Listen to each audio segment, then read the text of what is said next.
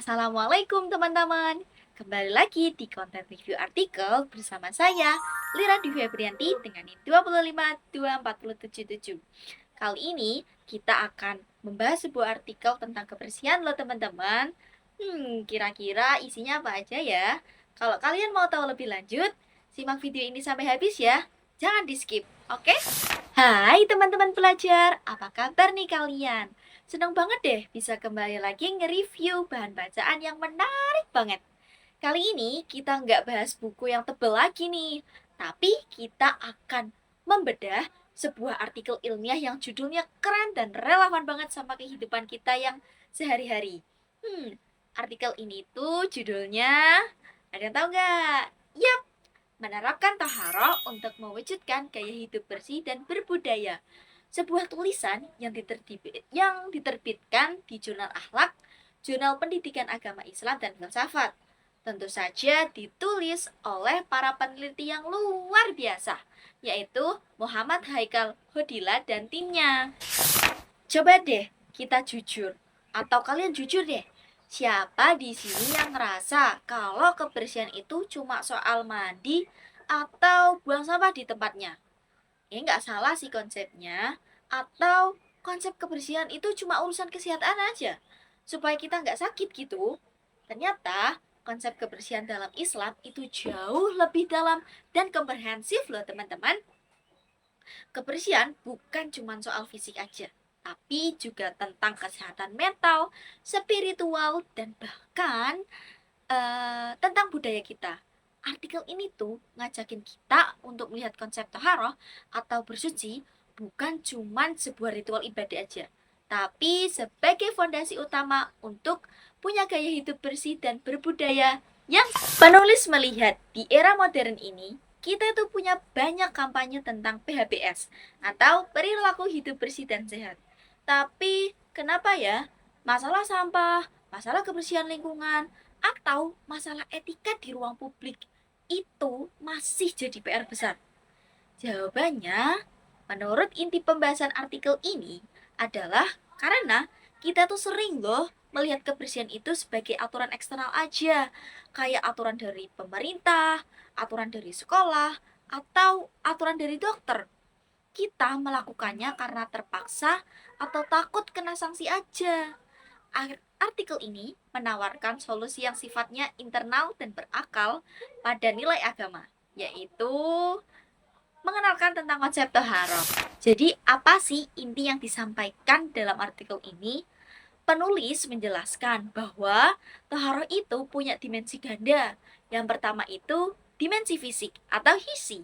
Ini yang sering kita pahami, bersih dari najis atau kotoran yang menghalangi ibadah dan bersih dari hadas, kondisi yang memerlukan wudhu atau mandi wajib. Ini mengajarkan kita tentang identitas diri, tentang higienitas diri, mulai dari air yang digunakan, pakaian, sampai tempat beribadah.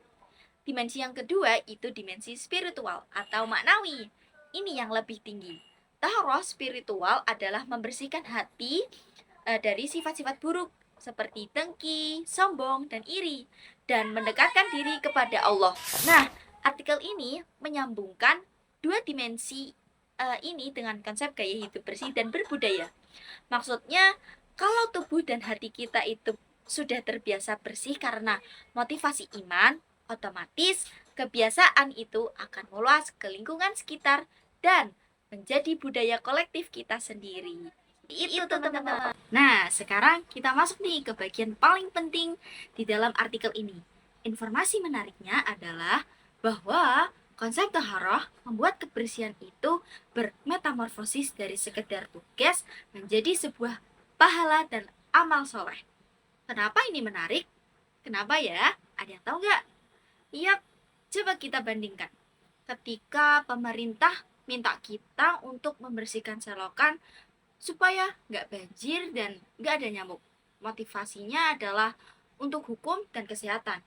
Penting sih, tapi kan kadang hanya dilakukan di saat ada lomba kebersihan atau wabah aja kan.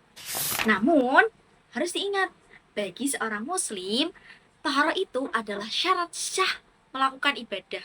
Itu berarti kebersihan adalah hal yang kita cari dan mempertahankan setiap saat. Dan kita sebagai muslim itu harus membersihkan lingkungan itu bukan lagi sekedar urusan sekuler saja, tapi menjadi perbuatan yang dicatat sebagai kebaikan.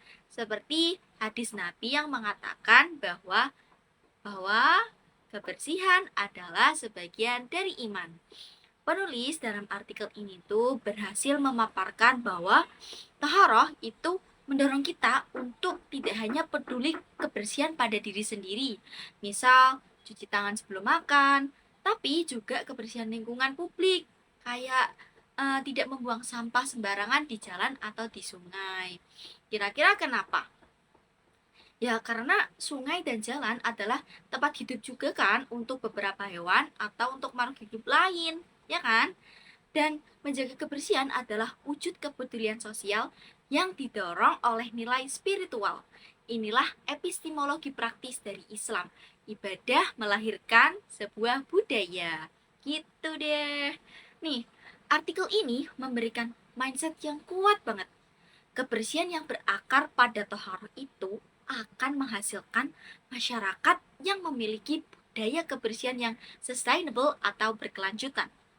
Masyarakat yang punya budaya bersih berarti mereka itu yang pertama bisa dikategorikan sebagai orang yang disiplin. Kenapa? Ya karena mereka melakukan kebersihan itu bukan karena diawasi, tapi karena kesadaran mereka sendiri. Yang kedua, beretika. Mereka itu menghargai kebersihan orang lain dan fasilitas publik yang disediakan oleh pemerintah. Nah, yang ketiga ini holistik. Mereka itu peduli loh pada kebersihan fisik dan kebersihan hati. Jadi, tujuan akhirnya bukan hanya rumah yang terlihat kinclong atau badan yang wangi, tapi juga terciptanya masyarakat yang berakhlak mulia. Terakhir, secara keseluruhan, artikel menerapkan taharah untuk mewujudkan gaya hidup bersih dan berbudaya, ini wajib banget dibaca, terutama buat kamu yang ingin memahami bahwa ajaran Islam itu sangat relevan dengan isu-isu modern. Artikel ini membuktikan bahwa nilai agama itu adalah sumber motivasi yang paling kuat untuk menciptakan masyarakat yang tidak hanya sehat secara fisik, tetapi juga leluhur secara etika dan budaya. Yuk kita sama-sama jadikan toharo sebagai gaya hidup kita. Sampai jumpa di review berikutnya. Terima kasih teman-teman sudah menonton. Wassalamualaikum warahmatullahi wabarakatuh.